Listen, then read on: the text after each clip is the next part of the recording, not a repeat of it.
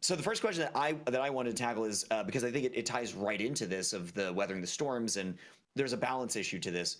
How do you balance being with a loved one on stream and pushing streaming time balance really as a factor for that, because that could go up and down, right?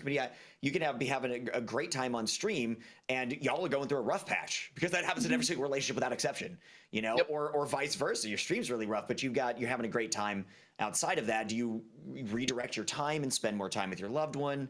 Where does that? Well, I can speak on that as somebody who's been married since 2006. Or no, I've been married since 2012, but I've been with her since 2006. So I was married before I started streaming. I started streaming in 2013.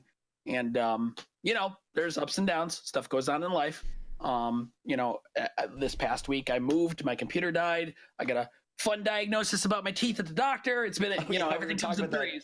So, you know, you find that balance. And my wife and I work very well when we're allowed to express ourselves creatively. And she's told me she loves watching me fulfill what I consider my dream. And my dream is to do this. I love doing this. I love broadcasting. I love communicating.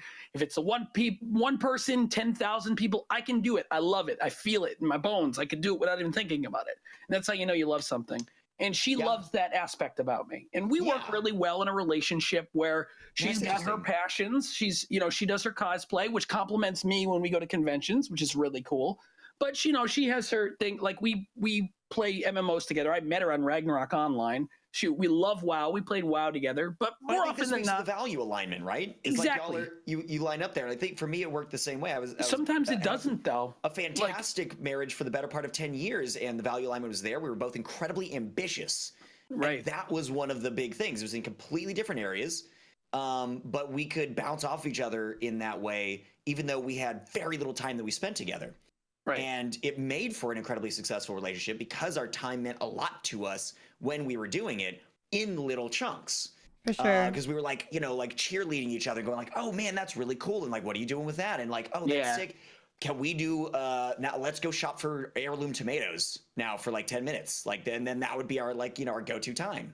Yeah, it's definitely important to have that understanding because like, I mean, like, and share your goals with them too and make them a part of it because, you know, for me, like, the value alignment. Yeah, like my loved one, like, he sleeps during the day and then at night, like I walk him and we hang out, you know, we have our playtime.